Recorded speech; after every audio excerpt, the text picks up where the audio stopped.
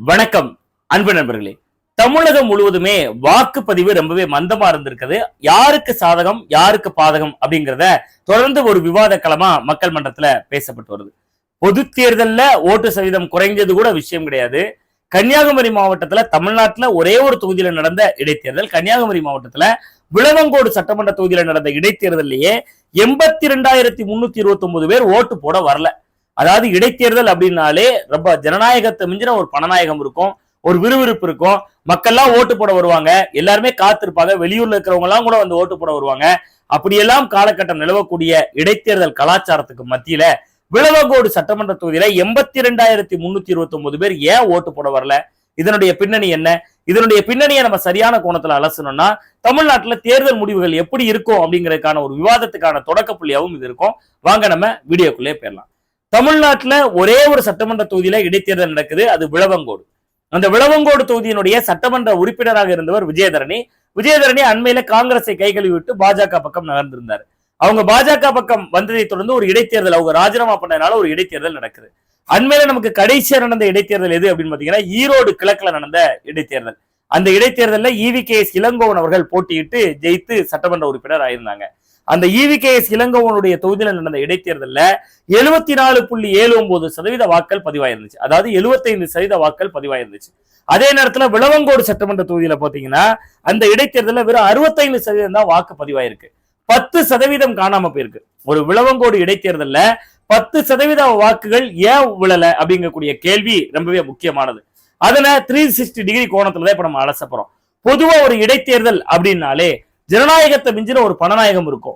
அது எல்லாத்துக்கும் மேல மக்கள் கிட்ட ரொம்ப ஆர்வம் மிகுதியா இருக்கும், பணம் அதிகமா பொருளும். இன்னும் சொல்ல போனா ஒவ்வொரு தமிழ்நாடு ஒட்டுக்கும் இருந்த திராவிட கட்சிகளா இருந்துச்சுன்னா திமுக இருந்தோம், அதிமுக இருந்தோம், தமிழகம் முழுவதும் இருந்து நிர்வாகிகள் வந்து கிட்டத்தட்ட ஒவ்வொரு 5 பூத்துக்கு 4 பூத்துக்குன்னு ஒரு பொறுப்பாளரை போட்டிருப்பாங்க. அந்த பொறுப்பாளர் குறைந்தபட்சம் ஒரு MLA-வா இருப்பாரு. அவருக்கு மேல ஒரு பாஸ் இருப்பார், 10 பூத்துக்கு ஒரு பாஸ் இருப்பாரு. அவர் குறைந்தபட்சம் அமைச்சரா இருப்பார் அல்லது முன்னாள் அமைச்சரா இருப்பார். இப்படியெல்லாம் களப்பணி செய்வாங்க. ஊர்ல ராத்திரி 12 மணிக்கு போனா கூட டீ கடைகள், ஹோட்டல் எல்லாம் திறந்திருக்கும். அந்த 12 மணிக்கு கடையை திறந்து வச்சிருக்காரு, போலீஸ் வந்து திட்ட மாட்டாங்கன்னா ஐயோ டீ குடிக்கிறதே அமைச்சர் தான் அப்படிம்பாங்க. அதான் ஆம்லேட் சாப்பிட்டு இருக்காருல அவர் யாரு, அவர் முன்னாள் அமைச்சர் அப்படிம்பாங்க. அந்த அளவுக்கு இடைத்தேர்தல் அப்படின்னா ஒரு கலைபரமா இருக்கும். ஆனா அந்த விளவங்கோடு இடைத்தேர்தல் நடக்கிற தருணம் என்று சொல்வது பொது தேர்தலோட சேர்ந்து நடக்குது அப்படிங்கிறதுனால பொது தேர்தலுக்கான ஏற்பாட்டுல அந்தந்த மாவட்டத்துல முக்கிய தலகர்த்தர்கள் அவங்கவுங்க மாவட்டத்துக்குள்ள இருக்கிறதுனால முடங்கி போனது ஒன்று. ரெண்டாவது, ஏன் வாக்குப்பதிவு குறைஞ்சிச்சுன்னா பொதுவா இடைத்தேர்தல் அப்படின்னாலே நம்ம எல்லாருக்குமே தெரியும், பணம் தாராளமா புரளும். ஒரு ஓட்டுக்கு எவ்வளவு ரூபா அப்படிங்கிறதுல ரொம்ப அசால்ட்டா புரளும். என்னதான் தேர்தல் ஆணையம் தடுத்தாலும் நடவடிக்கை எடுத்தாலும் அங்கங்கே பணத்தை பறிமுதல் பண்ணாலும் பணமில்லாத ஒரு இடைத்தேர்தல் அப்படிங்கிறது சாத்தியமே இல்லாம தான் இருந்துட்டு இருந்துச்சு.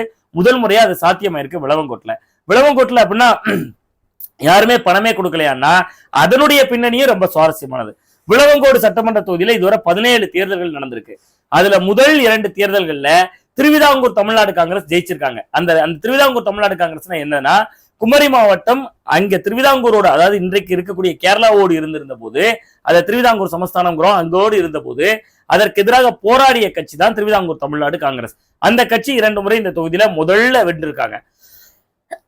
அதுக்கு அடுத்ததா பார்த்தா இந்த தொகுதியில 10 முறை காங்கிரஸ் கட்சியும் 5 முறை மார்க்சிஸ்ட் கம்யூனிஸ்ட் கட்சியும் ஜெயிச்சிருக்காங்க.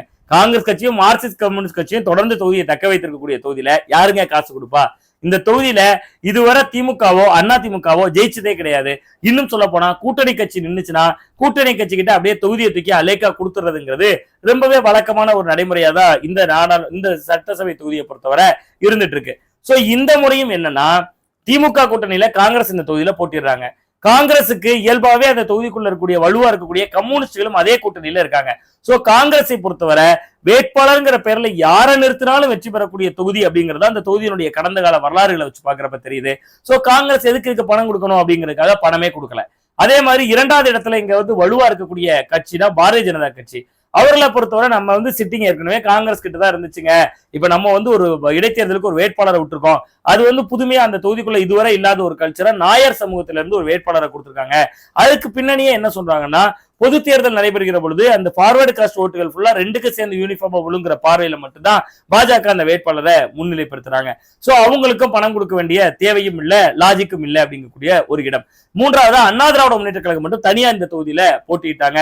அதிமுகவுடைய பலம் அங்க எப்படி இருக்குன்னா, மேற்கு மாவட்டத்தினுடைய செயலாளர் இருக்கக்கூடியவர் ஜான் தங்கம், ஜான் தங்கம் வந்து அந்த வேட்பாளரை ஒரு தடவையாவது நேர்ல பார்த்தாரான்னு கேட்கிற அளவுக்கு அதிமுக அங்க பலவீனமா இருக்கு. இறந்து போன நிர்வாகிகளுக்காக புதிய நிர்வாகிகள் கூட அங்கெல்லாம் நியமிக்கப்படல.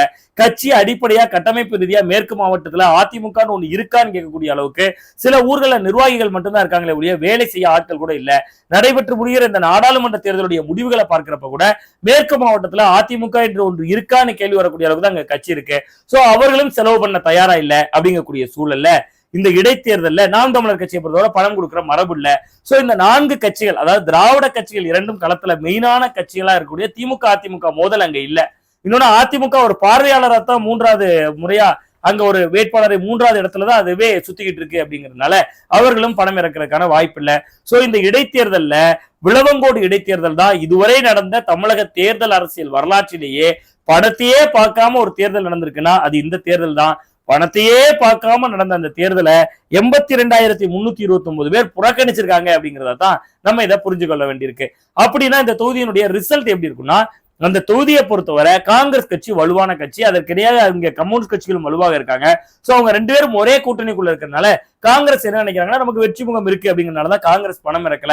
பாஜகவும் இதை நாடாளுமன்ற தேர்தலோடு முடிச்சு போட்டுதான் இதை கணக்கா போட்டிருந்தாங்கிறதுனால விளவங்கோடு சட்டமன்ற தொகுதியில 65.37% தான் வாக்குகள் பதிவாகி இருக்கு. தமிழக அரசியல் வரலாற்றிலேயே இடைத்தேர்தல்ல பணம் கொடுக்காத ஒரு இடைத்தேர்தல் என்கிற பெருமையை விளவங்கோடு பெற்றிருக்கிறது. ஒரு இடைத்தேர்தல்ல குறைவான வாக்குப்பதிவு நடந்த இடைத்தேர்தல் என்கிற அவலத்தையும் இது பெற்றிருக்கிறது. இதை பத்தி நீங்க என்ன நினைக்கிறீங்க? இது ஒரு ஆரோக்கியமான ஜனநாயகம் தானா? இடைத்தேர்தலே 82,000 பேர் ஓட்டு போடாம புறக்கணிக்கிறது ஆபத்தானதா அப்படிங்கறத பத்தியும் மறக்காம கமெண்ட் பாக்ஸ்ல கமெண்ட் பண்ணுங்க. மீண்டும் ஒரு நல்ல அரசியல் அப்டேட்டோடு உங்களை சந்திக்கின்றேன். நான் உங்கள் சுவாமிநாதன், ஊடகவியலாளர்.